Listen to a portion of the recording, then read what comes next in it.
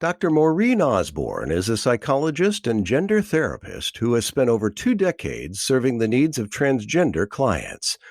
She didn't start out in practice to serve the transgender community, but one day, when a client showed up in Maureen's office believing they might be transgender, it proved to be a major turning point for her in her career as a therapist, and a starting point for her own growth in understanding the complex nature and needs of the transgender population. In this fascinating interview with PFLAG Cape Cod's Rick Koonce, Maureen talks in depth about her work with a variety of transgender men and women over the years. She describes the human anguish, confusion, and shame that transgender people often experience when they are trapped in bodies that feel alien to them. And she offers both compassion and hope to anyone who either thinks they might be transgender or who has embarked upon the difficult path of gender exploration and transition. From my perspective as a therapist, the rewards of this work are indescribably rich and gratifying, Maureen says. To assist in the emergence of a hidden human being, to help families cope with potentially devastating changes, to work on the cutting edge of a social and scientific paradigm shift, and to add my voice to the struggle for social justice. All these things have been my privilege to experience as a gender therapist.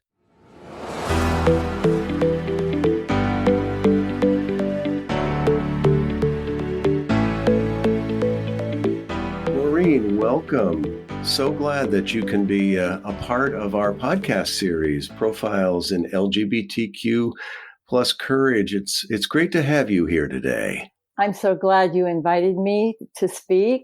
I've listened to your podcast and I think it's wonderful. It does a great service to the LGBTQ community.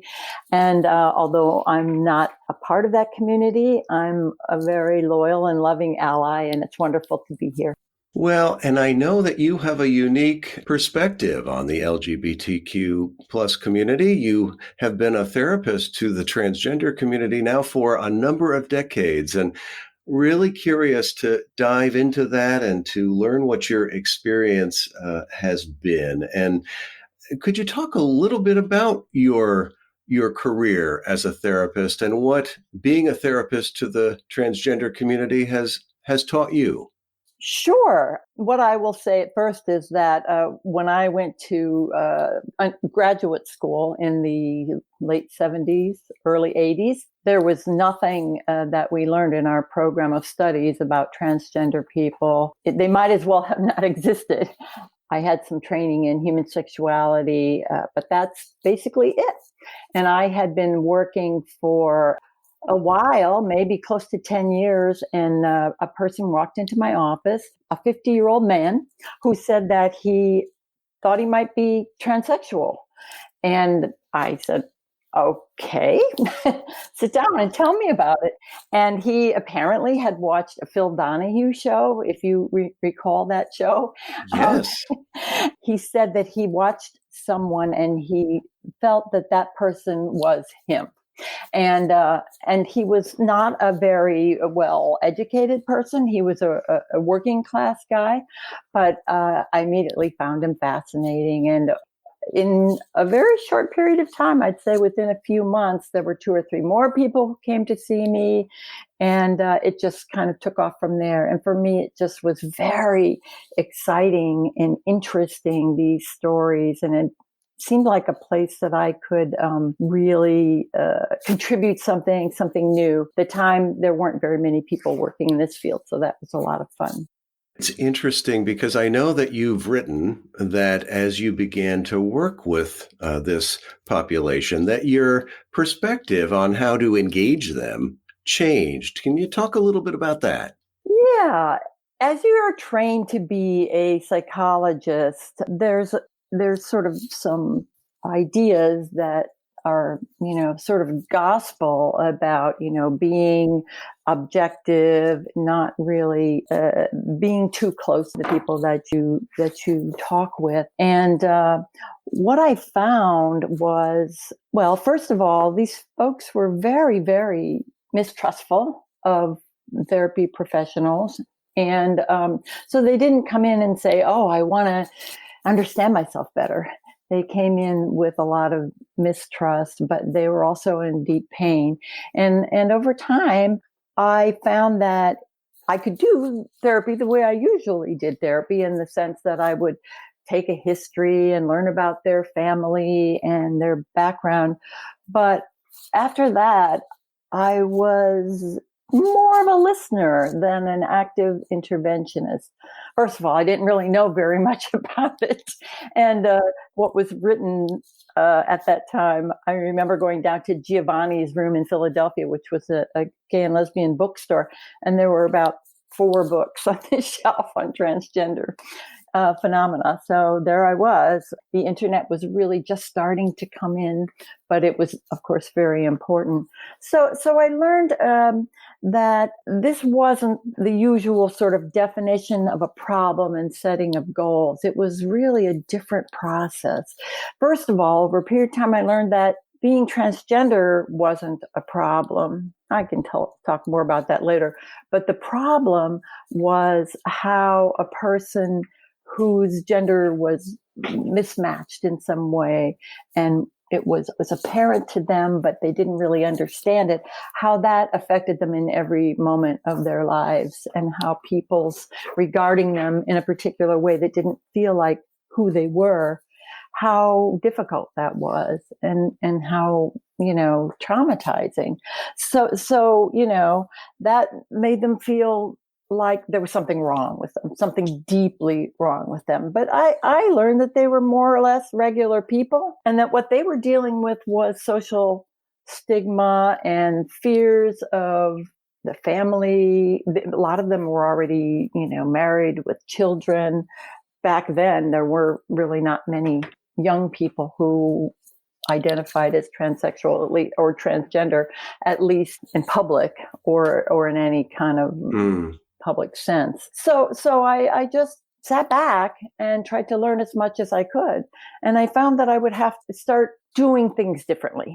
For example, I started going to events that trans people attended. It was at the time a very underground community, but there were support groups, and I would go to support groups. There were conferences that were usually 3 days, 4 days on a weekend at a hotel.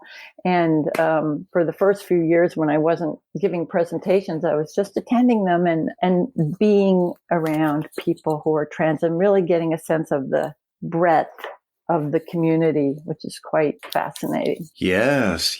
And, I think it would be helpful to our listeners if you could talk a little bit about the concept of gender dysphoria and what is it that a trans person experiences, the dissonance, the emotional and psychological and physical dissonance that they feel. How does that manifest itself? And what are the challenges that they have in navigating a world where they feel as if they're in the wrong body? Let me start out by saying that gender dysphoria is a recent term, that it was called gender identity disorder for quite a long time. And the concept of gender dysphoria came about as an attempt to sort of depathologize being transgender. Yes. And that gender dysphoria sort of describes a feeling that people have that isn't necessarily just about being in the wrong body, because some people don't have what we call, somatic or body dysphoria, but that the dysphoria is that there's just something about the gender that people define me as that feels wrong or different or weird and makes me feel uncomfortable. Some people describe it as a buzzing in their head that's back in the background all the time. Some people talk about it as just a general sense of hopelessness, I guess, that the real them is never going to be able to be expressed in public because people are going to think they're nuts, or that there's some kind of perv, and so the vast majority of people that I saw in the early years, particularly, had kept it a secret for quite a long time. And so part of the gender dysphoria is the consequences of keeping something fundamental about yourself a secret from everybody that you love. Because if you feel that if you told them, they would, for some people that you get kicked out of the house. For others, you would just, they would treat you as if you were a freak of some kind. Yeah. Well, I know you've written that in seeing clients, people come to you and they're weighed down in many cases with a sense of shame or guilt or self-loathing. Can you talk a little bit about that and how you counsel someone through that? Yeah. Well, certainly shame and guilt and self-loathing are the big ones. And I think, my first effort is to more or less normalize their experience, even though it feels terribly abnormal to them. That, the beauty of coming to see a gender therapist is that they've seen a lot of people like this. And so they've come to see that this is just an aspect of the big, wide world of variation, and gender diversity is like any other kind of diversity. And maybe they aren't really happy that they got stuck with the gender diversity part, but that until they were able to accept and really embrace themselves as they are, that they were going to have a tough time. And so this is kind of where I start, is really helping them to kind of come to terms with who they are and to accept it. Not, and that can be very different for various people. Some people come in and they've already, kind of come to terms with that, and they want to just say, okay, what do I need to do to get the interventions that I want, the surgical interventions and so on. Because I don't know if we want to get into it now, but there's a whole sort of protocol for people who want to physically change their gender. And part of it involves seeing a therapist for a period of time. But other people come in and they want me to fix them, that this is awful. And what can they do to make it go away? Yes. And sometimes it's like a partner, or something, just notices that they are just so angry and depressed all the time. And so, they come in, and quite often, especially in the early years, they would tell me, and hadn't ever told another person in their entire lives what was going on. Not even a spouse or a partner. No.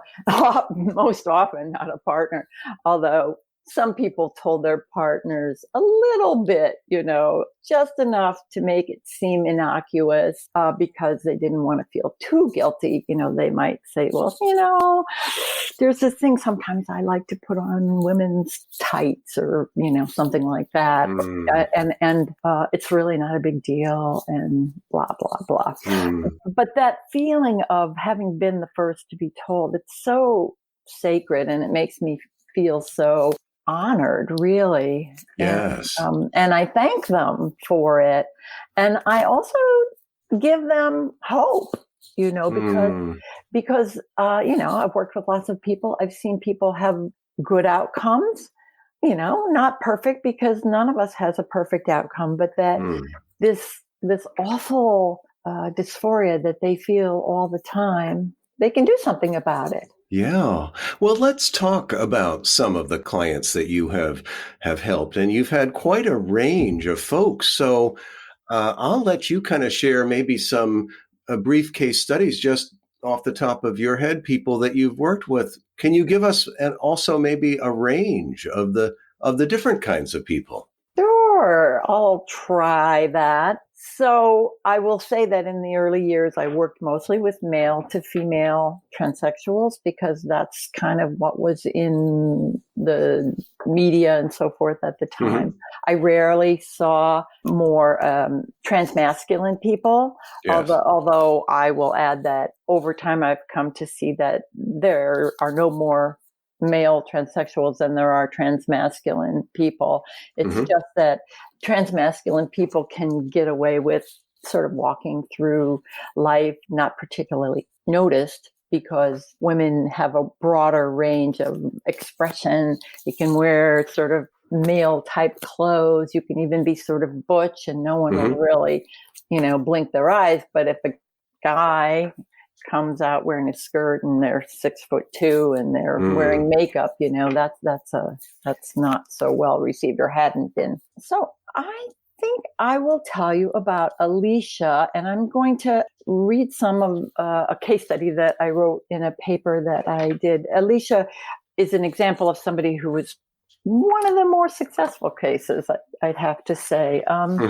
So she came to therapy a pretty well-adjusted human, contentedly married for over 30 years with adult children and grandchildren, a satisfying job, active membership in a mainstream Protestant church, many athletic accomplishments, and a wide range of interests. She described periods of cross-dressing for, quote, as long as she had a conscious thought. She'd collect women's clothing items and then later purge them. That's a pattern that's very common for trans people as they go through life. That continued on and off through her marriage to Susan, whom she had promised that she would never again engage in such activities. But the promise didn't hold. And if I may just say, at the time, Alicia, when she was not Alicia, was Alan. Is that correct? Yes. Yes. She was Alan. And at the time, I will remind you that that the sort of powers that be in the gender community, the Harry Benjamin Association, as they called it at the time, were suggesting that people who wanted to have surgery leave their marriage, get a divorce. In fact, in the early years, they even required them to get a divorce. That since has changed quite a lot. So her promise didn't hold, and she wanted to tighten up her resolve, but she couldn't seem to do it. And she loved her wife and her family dearly and could not understand why the willpower that had worked so well for Alan for almost 60 years had failed her. Both she and her wife supported her coming into therapy, but her wife was not happy to hear me say that her husband's female side needed more, not less expression if we're going to learn where the balance lay. So some gender diverse people can find a balance where they take some time with female expression. Maybe they go out once or twice a month. They go to a support group meeting, or they go, somewhere to a restaurant, and that is enough for them. But over time, it seemed that Alan wasn't going to be satisfied by that. And he gradually realized that his so-called comfortable life was becoming more and more intolerable for him and for Susan, who wasn't ever going to accept her husband's female side, despite her efforts. So then he started to imagine a transition. And his wife was furious. And I saw her a few times, and I hooked her up with a therapist who was aware of trans issues. But it just, I think long-term marriages, for some people, you're very set in your ways, I suppose. Yes. And it just wasn't, she was a much more traditionally gendered woman. And the fact is, Rick, that, when people get married, the basis of the relationship is gender. Let's face it. Yes. You're either in a heterosexual relationship or you're in a bisexual or a homosexual relationship, but that person's gender matters. And that's the unspoken covenant that's between you. I married a man or I married a woman. And it's true even with, gay couples who one person transitioned, that they feel, the spouse feels betrayed, abandoned, lied to. The lied to is enormous. And I mean, the fact is, of course, there's a lot of lying that happens. And I don't think it's the kind of lie that is malicious. It's really the kind of lie that's meant to, soothe and reassure. Yes. And so what happened to Alan, who really moved towards being more Alicia? Well, Alan knew that he was going to need to start transitioning, told his wife, and she was very unhappy. She came out to her, I think it was 3 adult children who lived in different parts of the country, had children 2 out of her 3 children, well, all of them were shocked, of course, because this is, their father, the person they looked Yes. up to. But 2 out of the 3, came around and were very accepting and still have a relationship with Alicia. One of them was involved in a church and just really couldn't really come to acceptance. And even to this day, Alicia's wife has not been able to even come part way, even though so when the family gets together, it's like a real solid divorce. There's no interaction. So this sounds sort of pretty tidy, but it was a long time that it took her to get to this point. It was about 5 years of therapy, and throughout that she agonized over this. But now she wrote me pretty recently, a year or 2 ago. She bought herself a condo. She has relationships with lots of people, both in the gay and straight communities. She's had some, more romantic interests. And here's the kicker. She's still not sure about the gender thing. So it's quite an interesting, because she's a very introspective and intellectual person. She, when I asked her, well, what did you mean by that? She said, it's just so complicated, but you already know that. It seems to me to be a blend of unequal parts, external social constructs, an innate sense of self, hormones, and an X factor that I sense, but I can't quite grasp. Yes. Pre-transition, I was distinct. Pre-transition, I was intrigued by a gay relationship, but never felt gay. Yet I know I also had an attraction toward women. Add to that my knowledge since early childhood. I constantly dreamed of being a girl, only to learn it was socially unacceptable. I grew to become very, very confused. So I just tucked it all away in a sequestered corner of my brain, acknowledging that it existed all the time while going about trying to build a normal life. So interesting. So she's a work in progress still, it sounds like. And She is, but she said she's happy, and she ends up, she said, right now my life is pretty darn wonderful, and that's all the proof I need to know that transitioning was the right thing to do. Yes, this is so interesting, and I think I'm wondering if maybe you can mention just 1 or 2 other client case studies, sort of briefly, just to give our listeners a flavor for the range of human circumstances that you have encountered. Sure. Well, let's see. How about Clarissa, who was retired by the time she came to see me and had a very high profile life as a administrator in a large university and also as a local politician, and but knew for pretty much her entire life about her gender longings. And she came to see me, and her wife, as the kind of therapist I am, I usually ask to see their partners, any people in the family that will come into my office. So again, just for clarity, Clarissa at the time was presenting or was known as male. Is that right? Yes. Okay. Yes. So it had a career as a man and all of that. Yes. Oh, yes. And had adult children who had lives of their own and so forth, and had a very loving relationship with his daughters. They were daughters, but knew that was something that he needed to do. And so what happened was he was able to. His wife was really not wanting him to be anywhere near the community they lived in because they were well known and he had been a politician. So Clarissa went to live with her daughter in a big city and was a nanny for her daughter's child. And so had a lovely time of it. But unfortunately, she developed cancer, and it was a pretty serious metastatic cancer. So she was needing to go in for treatments, and she was very worried about being treated differently as a trans woman.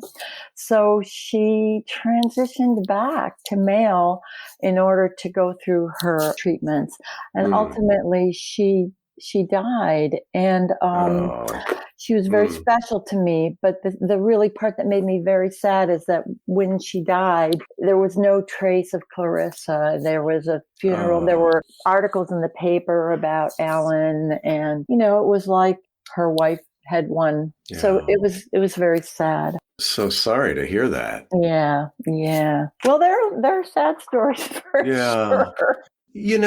As we talk about this, in your view, what are the biggest myths and misnomers about the transgender community? Gosh, there's so many. I guess the first thing that I would say is that the myth of them being disordered, pathological, quite commonly thought of as sexually perverse, and even, in a religious context, some type of abomination, and another myth is that the deception myth, that they're doing this in order to gain some advantage. That's something that came out when they were trying to pass bathroom laws so that people who went to the bathroom could do so in the gender that they presented themselves, because it would look ridiculous and they would be in more danger if they went in the wrong bathroom. So the idea was that they were pretending that men were dressing as women somehow and pretending to be women so that they could assault people. It was a crazy. Well, it's kind of, as one transgender person told me, who said that sometimes people view it as a cry for attention or something like that. And this transgender person said to me, believe me, nobody's doing this to attract attention. Far be it from that. It's quite the reverse. They'd like to do this, in a quieter, less visible way. Yes. And well, I have to ask, as a therapist, you've had so many experiences, and unfortunately, we don't have time to get to all of these. I think we need probably a couple of hours, but I'm curious what your views are when we think about traditional gender roles, male, female. Are those even legitimate terms to use, or are all people, to some extent, a little pansexual or gender fluid? What's your take on that? Like many things, I think gender identity is a spectrum, meaning that there's kind of a line at which one end might be hyper masculine or hyper male, and the other would be hyper female. And people exist somewhere along that continuum.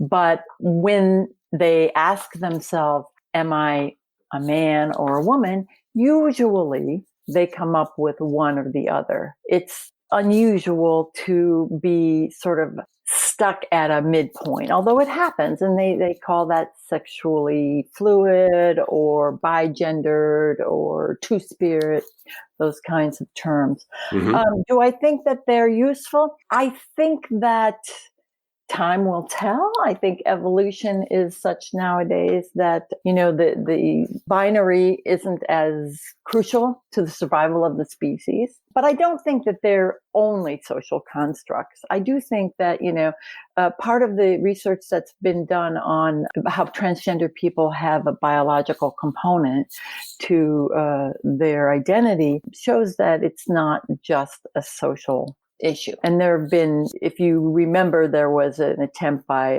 the psychologist John Money to raise a boy who had had an accident with his penis being removed as a girl, saying, well, it's all just a social rearing. And it was terribly wrong in that young person. And, and they do that also with, there are intersex people who are born with genitals that it's hard to tell whether they're male or female. And in the old days, they don't do this so much anymore. They would just make a decision. Yes.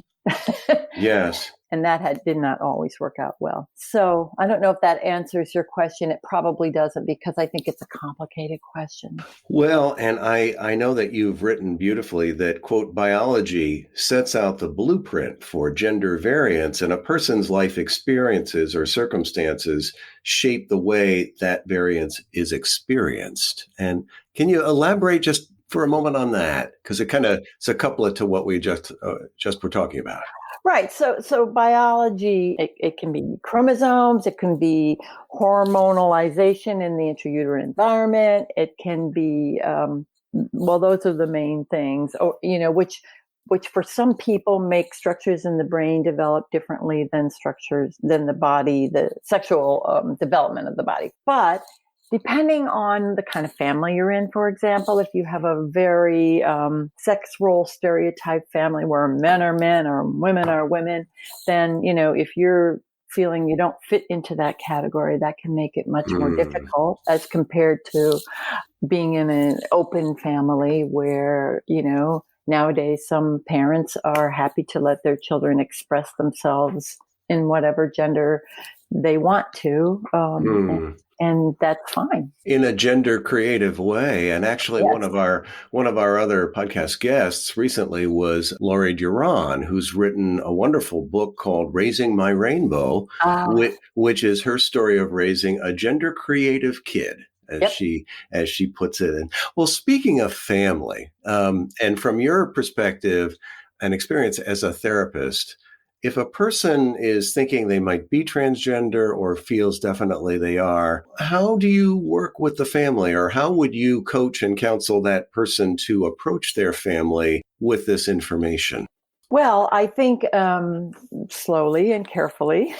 I think that it depends on if they strongly need a public transition, because there are other ways of learning how to be comfortable in your gendered self. It doesn't have to be public, but many people feel the need to be seen, and that, not just when you're in the bedroom or something like that. I usually ask people to start with one person that they trust unconditionally and to reveal themselves to that person.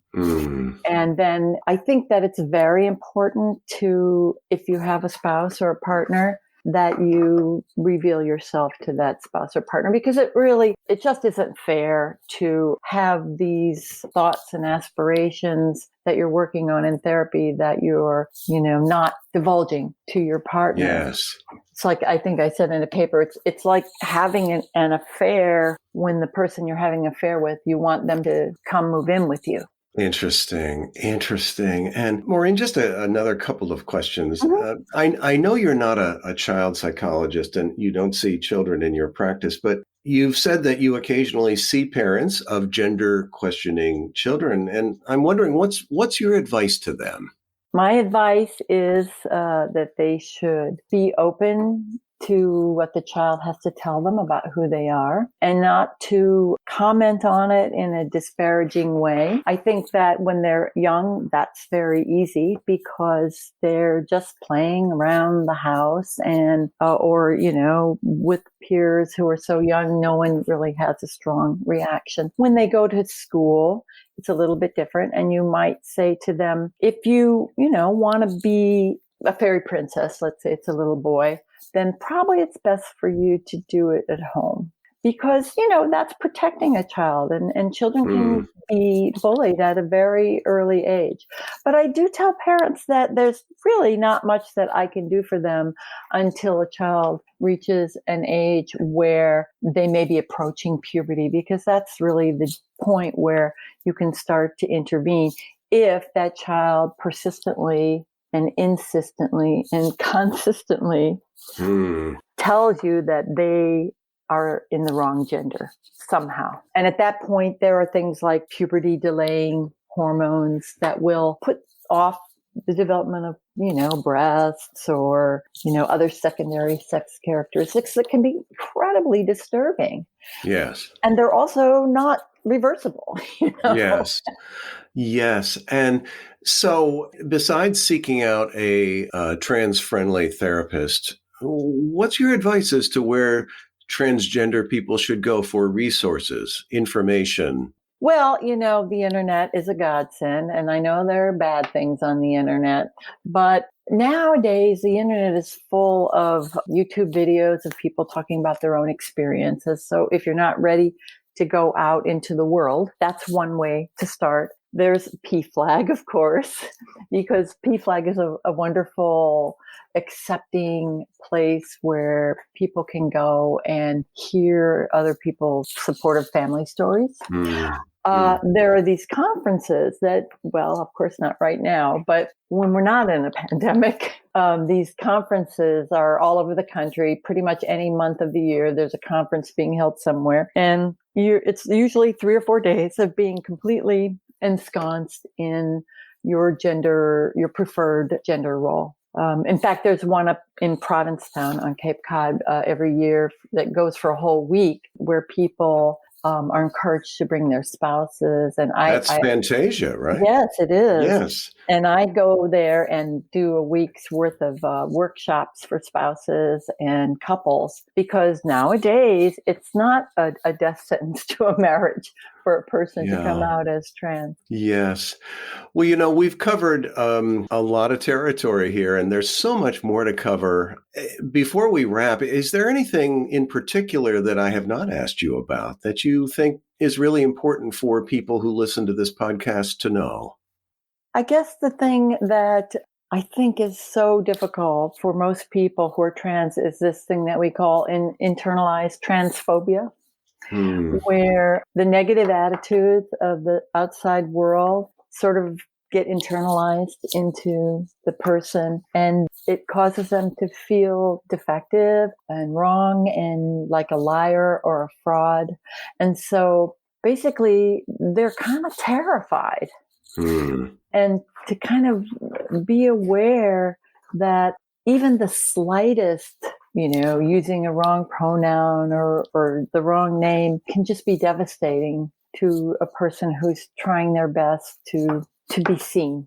And to find their identity. Yes. Yeah. So that's one thing for sure. Maureen, I want to thank you for taking this time. You just have a wealth of experience in this arena, and I think that your comments today will be of great value and benefit and comfort to those who listen to this podcast. Well, thank you. I certainly hope so. I feel like we've barely scratched the surface, but I figured it would be like that. Well, thank you so much again. You're welcome. Thank you for listening to today's interview. Founded in 1973, PFLAG is the first and largest organization for lesbian, gay, bisexual, transgender, and queer people and their parents, families, friends, and allies. We have over 400 chapters and more than 200,000 members and supporters nationwide. Our members come from every generation and live in cities, small towns, and rural areas across the United States. PFLAG is committed to creating a world where diversity is celebrated and all people are respected, valued, and affirmed. For more information about PFLAG, explore the rest of this website or visit PFLAG National at pflag.org.